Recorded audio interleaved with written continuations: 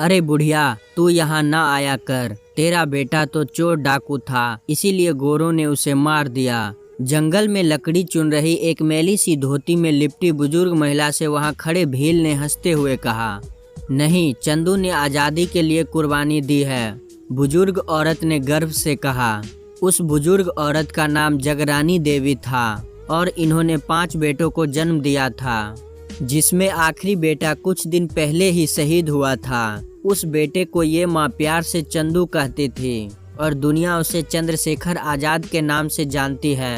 हिंदुस्तान आज़ाद हो चुका था। आज़ाद के मित्र सदाशिवराव एक दिन आज़ाद के माता पिता की खोज करते हुए उनके गांव पहुँचे। आज़ादी तो मिल गई थी, लेकिन बहुत कुछ खत्म हो चुका था। चंद्रशेखर आज़ाद की शहादत के कुछ वर्षों बाद उनके पिताजी की भी मृत्यु हो गई थी। आज़ाद के भाई की मृत्यु भी इससे पहले ही हो चुकी थी। अत्यंत निर्धना अवस्था में हुई उनके पिता की मृत्यु के बाद आज़ाद की निर्धन निराश्रित वृद्ध माताश्री उस वृद्धावस्था में भी किसी के आगे हाथ फैलाने के बजाय जंगलों में जाकर लकड़ी और गोबर बीनकर लाती थी और कंडे तथा लकड़ी बेचकर अपना पेट पालती रही। लेकिन वृद्ध होने के कारण इतना काम नहीं कर पाती थी कि भर पेट भोजन का प्रबंध कर सके। कभी ज्वार कभी बाजरा खरीदकर उसका घोल बनाकर पीती थी, क्योंकि दाल चावल गेहूं और उसे पकाने का ईंधन खरीदने लायक धन कमाने की शारीरिक क्षमता उनमें शेष नहीं बची थी। शर्मनाक बात तो यह है कि उनकी यह स्थिति देश को आज़ादी मिलने के 2 वर्ष बाद तक जारी रही। चंद्रशेखर आज़ाद जी को दिए गए अपने एक वचन का वास्ता देकर सदाशिव जी उन्हें अपने साथ अपने घर झांसी लेकर आए थे।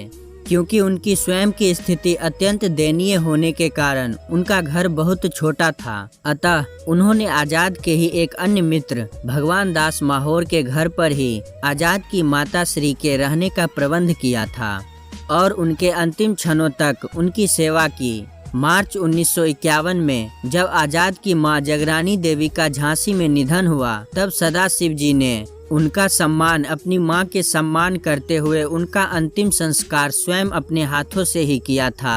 आज़ाद की माता श्री के देहांत के पश्चात झांसी की जनता ने उनकी याद में उनके नाम से एक सार्वजनिक स्थान पर मूर्ति का निर्माण किया। प्रदेश की तत्कालीन सरकार ने इस निर्माण को झांसी की जनता द्वारा किया हुआ अवैध और गैर कानूनी कार्य घोषित कर दिया।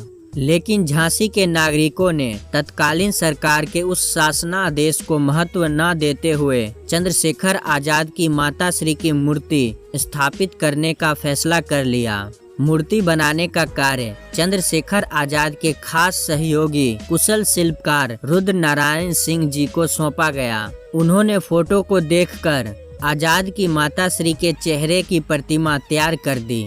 जब केंद्र की सरकार और उत्तर प्रदेश की सरकार को यह पता चला कि आज़ाद की मां की मूर्ति तैयार की जा चुकी है और सदाशिवराव, रूप नारायण, भगवान दास माहौर समेत कई क्रांतिकारी झांसी की जनता के सहयोग से मूर्ति को स्थापित करने जा रहे हैं, तो इन दोनों सरकारों ने अमर बलिदान शहीद पंडित चंद्रशेखर आज़ाद की माता श्री की मूर्ति स्थापना को देश, समाज और झांसी की कानून व्यवस्था के लिए खतरा घोषित कर उनकी मूर्ति स्थापना के कार्यक्रमों को प्रतिबंध कर पूरे झांसी शहर में कर्फ्यू लगा दिया। चप्पे चप्पे पर पुलिस तैनात कर दी गई ताकि अमर बलिदान चंद्रशेखर आज़ाद की माता श्री की मूर्ति की स्थापना न की जा सके। जनता और क्रांतिकारी आज़ाद की माता की प्रतिमा लगाने के लिए निकल पड़े। झांसी की सड़कों पर बुरी तरह उड़ती धज्जियों से तिलमिलाई तत्कालीन सरकारों ने पुलिस को गोली मारने का आदेश दे डाला।